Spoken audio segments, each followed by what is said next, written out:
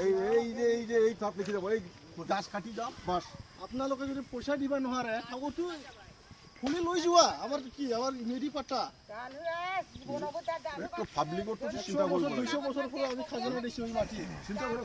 नैबे नारा नाथा जालायनाय जाथाया जादों बै समावनो, नाथाय दिनैसिमबो बिथांमोननि नैबे जेंनाया सुफुंजायाखै होनदों। जाय जेंनायानो जादों गिदिर कारेन्ट बोनायनि थाखाय बिथांमोनहा नांगौ बायदि रां मोनाखै होननानै बुंदों। स' बेनिखायनो दिनै आं नोंथांमोननो बेखौ गुवारै मिथिहोनो दिनै ओंखारदों। चिरां डिस्ट्रिक्टनि नांदरबारि होननाय गामि, जायआ माख्रा दलां दैनि खाथियाव।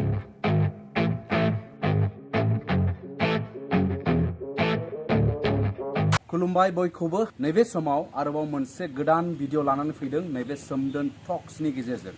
बे समाव आङो नोंथांमोननो फोसावनो आखायाव लादों, बेनो जाहैबाय मोननैसो बर' नखरफोरनि जेंना। जाय जेंनायानो जादों मोब्लिब लाइन बोनाय, ओरैबायदि हाइ भल्टेजनि मोब्लिब गोहोनि लाइन बोनाय, बिसोरनि नखरफोरनि साखाथिजों लाइन बोदों। स' सिगाङावनो आं नैबे आदामोनखौ बरायबाय। दङ आदा नगेन बरगयारि, ओमफ्राय नैबे जाहैबाय आदा थमास बसुमतारी। मोजाङै गुवारै मिथिनांगौब्ला जों सिगांनिफ्राय जागायनायनिफ्राय फैनांगोन। माब्लानि समाव बे लाइनखौ बोनाय जाया ओरैहाय? बे लाइनखौ बोनाय जादों 2015। नोंथांमोना बेवहाय नैबे गिदिर लाइन बोनायनि साखाथियाव संसार जानानै नोंथांमोननि समस्या माबायदि? जोंनि समस्याथ' बेयाव खुनु पट्टे जों बे जायगायाव थानो हाया। मानोना जोङो 150 मिटार डिस्टेन्सआवसो थानांगौब्ला दिनै जोङो बे 5-6 मिटारल' डिस्टेन्सआव जों न' लुनानै थानो हाया। मानोना जोङो बिनि गाहायाव बेसेबांबा गोजौ गाहायाव थायोब्लानो माने खानायखौनो बोयो। होमब्ला जों बेयाव संसार जानायाथ' खुनु सम्भब नङा। बहुत प्रब्लेम जोंनि थाखाय। आरो जोंनियावबो जिखुनु जों हा दं, बेयाव जोङो माबा मोनसे खेथि खालामनानैबो जानो हाया। दंफां लाइफांबोथ' गायनो मोना जाहैबाय। जिखिनि जोंनि हा दं, बे हायाव जों खुनु खेथि खालामो ना। बे जिथुनाखि डिस्टेन्स, बेसेबांबा मिटार डिस्टेन्स गावसिनि होनायाव आरो बेखौ बुंनो थाङोब्ला बेनि बिनिमयनि खुनु खोथा गैया। दा जागायनायावहाय नोंथांमोना बेनि थाखाय मा सावरायजेनना आरो बै लाइन बोग्रा डिपार्टमेन्टआ नोंथांमोनखौहाय मा खोथा होलाङामोन? लाइन बोग्रा डिपार्टमेन्टनि मानसिफ्रा बुंदोंमोन जोंनो फार्स्ट टाइम जिथुनाखि जास्ट खेथि डेमेज जानायनिल' जास्ट जोंनो ओरैनो 1-2 लाख गाहाम, बिदिनो 5 लाख बिदि रानना होदों। बिफां लाइफांनि थाखायल'? बिफां लाइफांनि थाखाय जास्ट बे खेथि डेमेज। अके। जेनेबा जिन्जार माबा माबि गायनाय, गयफोर?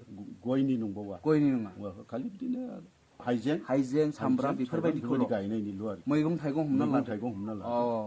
खिन्थु जोंखौ बियो नेक्स्ट टाइम नोंथांमोननि हानि इन्सपेक्सन जागोन, हानि थाखा मोनगोन आरो न'नि थाखा मोनगोन। नैबे खोथाखौ बिथांमोना जोंखौ बेबायदि मोनसे माबा होनानै, इन्टारेस्ट होनानै जोंखौ नोंथांमोना उनाव मोनखागोन, नोंथांमोना सार्भे जागोन, न'नि थाखा मोनगोन आरो दंफां गिदिर गिदिर दंब्ला, गय बागान दंब्ला बिनि थाखा मोनगोन। नैबे खोथाखौ होननानै दिनैसिम बिथांमोना बुंनानै दोन्दोंमोन, खिन्थु दिनैसिमबो खुनु कारज'खारि जायाखै। ओमफ्राय बे खोथाखौ होलांखांनायनि उनाव नोंथांमोना बे कारेन्ट डिपार्टमेन्टजों जगाजग लादोंमोन एबा लायाखैमोन? लादों। बे समाव मा होनो लाइन डिपार्टमेन्टआ? दा जोंथ' फैसाखौ होबाय नोंथांमोननो। मा फैसा होदों नोंथांमोना जों बुङो, नोंथांमोना 2 लाख 3 लाख, सोरनाबा 50-40 हाजार बा सोरनाबा 2-3 लाख। खिन्थु बिनि प्रपार्टिया दं, क्र'र टेकानि प्रपार्टि। दिनै बुंनो लानोसै फंबाय जे थमास बसुमतारी, बिथांनाव दा बर्थमान गैयालाबो न' गंथाम दं। बे न' गंथाम गंब्रैखौ बेबादि जुदि बियो सिम्पलै लुनांगौब्लाबो बिनो कय लाख थाखानि दरखार जागोन। दा बेखौनो सिन्था खालामनाय नोंथांमोनाबो। दिनै न' गंसे सिम्पल न' गंसे बानायनांगौ 2-3 लाख थाखा नांगौ। होमब्ला गंब्रै न' बानायनांगौ 10-12 लाख थाखानि दरखार। आरो बिनि हानि बिनिमय दङ, आरो रड साइड हा। दा बर्थमानाव जोंनि बे हानि दामा 10-15 लाख थाखा जाबाय पार बिघा। अब्ला बेखौ सरकारा खुनु बिनि माबाखौ लायाखै। माने जिनाखि बेसेन, बे बेसेनजों गोरोबा।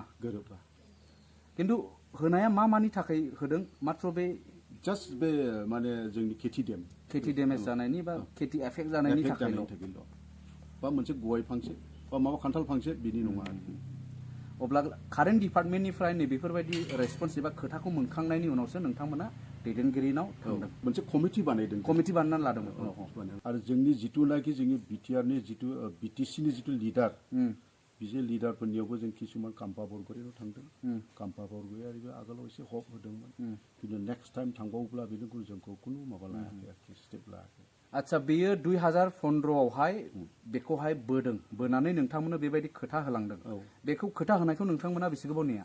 जोंथ' आजिलै बै समाव माने दैदेनगिरिनाव थांनायनि सिगां आफ्टार 1 year बोसोरसेनि उनाव नोंथांमोना खावलायनो थांदों आं खावलायनो थांदों आरोखि खाम्फा बरगयारि बै समनि समनि सरखार सलायनाय फरेस्ट इएम मोनदां बे समाव बिनिफ्राय रेसपन्स गैया जेबो गैया मा होनहरामोन बेनिफ्रायथ' जे लिडारफ्रा खोन्थाफैदों जे एसेबां ओरैबायदि इयुनाव माने सानलायलायसिगोन रेभिनिउ माबायाव थांगोन एसडिसि सार्केलाव थांगोन बिथांमोना इन्सपेक्सन खालामगोन खिन्थु दिनैसिम बिनि कुनु कार्यफारि गैया बेनि उनाव नेक्स्ट स्टेप मा लाबावदों आरो नेक्स्टआव जों थांदों जोंनि जिथुनाखि माबा फैलायबाय जोंनि जिथु उकिल गुगै बिथांनिफ्राय परामर्श लादों बिथांनि एडभाइस मथे बहुत हाइकर्ट केस खालामनाय जादों आरो बिथांनि जिथुनाखि सेलादार बेलादार बे गाहाय थाखोनि बिथांमोना जोंखौ जथेस्थ' हेल्प होदों फैदों ओमफ्राय जोङो हाइकर्टआव थांदों ओमफ्राय हाइकर्टनिफ्राय मोनसे खोथाखौ मोननाय जादों जे नैबे कर'ना भाइरासनि थाखाय जोंनि माबाया कार्यफारि जाजोबाखै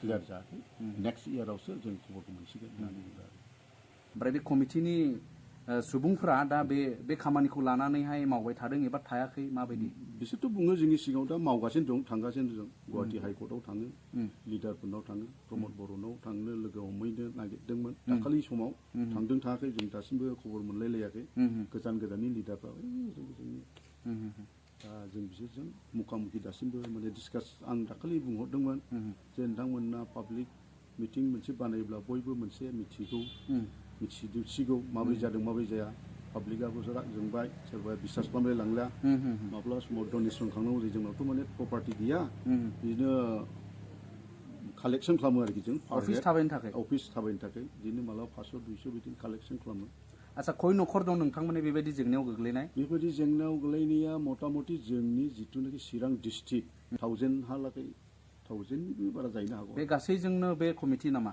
ओमफ्राय जोङो मथा-मथि अल बिटिडि आरोखि जोङो आচ্ছা आप टु बुंनायाव गसाइगाव टु माबासिम आरोखि बै मा होनो बाक्सासिम बे मोनसे लाइनानो बे मोनसे लाइना बे मोनसे कमिटि आरोखि कमिटि अके बेवहाय माने डिस्ट्रिक्ट कमिटि दं सेन्ट्रेल कमिटि दं बेनिफ्राय नैबेखिनि गामि ओनसोलाव नोंथांमोननि साखाथियाव एफेक्ट जासिननाय नखरफोर दङ एबा ना बयनिबो समान ना माबायदि माने जोंनाव बे एरियायाव एफेक्टेड होनोब्ला जों थमास बसुमतारी आरो आं नगेनबरगियारि मस्ट एफेक्ट नोंथांमोननि न'आ माने बे लाइननि गाहायावनो बे हिसाबै बेनिफ्राय दानि बिटिआर खुंथायनि जेनाखि सरकार बे सरकारनावहाय नोंथांमोना खावलायफैनाय खालामफेरबाय मालाबा खावलायनायखौथ' लिडारफ्रा बुंदों थांबाय आচ্ছা खिन्थु दासिमबो खुनु बिनि मोनसे माबा मोनाखै रिजाल्टखौ मोनाखै बिटिसिनि चिफ सार प्रमद बर'नो बिथांमोना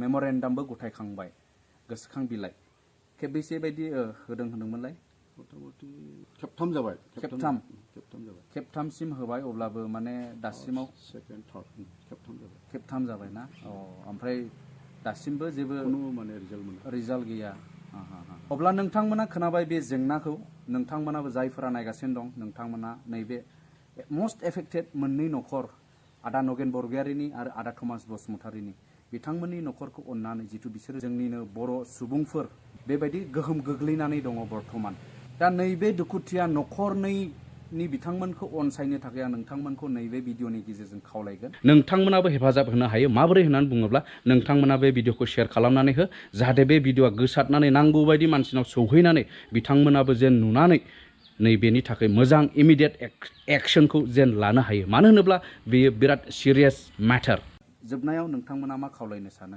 प्रमद बर' सारनिसिम खावलायनाय थाबाय बे आंनि कारेन्ट सिङाव थानाय खुथिया नखरखौ जाहाथे सल्भ खालामो आंनि खावलायनाय मोनसे चिफनिसिम खावलायनो सानो जे जोंनि बे दुखुथिया नखरा दिनै गोबां सम जाबाय नाथाय दिनैसिम जोंनि बे कारेन्टनि जे समस्या दं जोङो बे जायगायाव थानो हाया नाथाय दिनैसिम जोंनि थाखाय खुनु सल्भआव नुहुरा आरो दिनैसिम सरकारा बिनि खुनु सिद्धान्त लायाखै बेनिखायनो आं जोंनि चिफनिसिम खावलायनाया बेनो जे थाबैनो सल्भ जायो जा जोंनि मोननांगौ जों मोननो हायो बेखिनियानो आंनि खावलायनाय एसेनोसै गोजोन्थों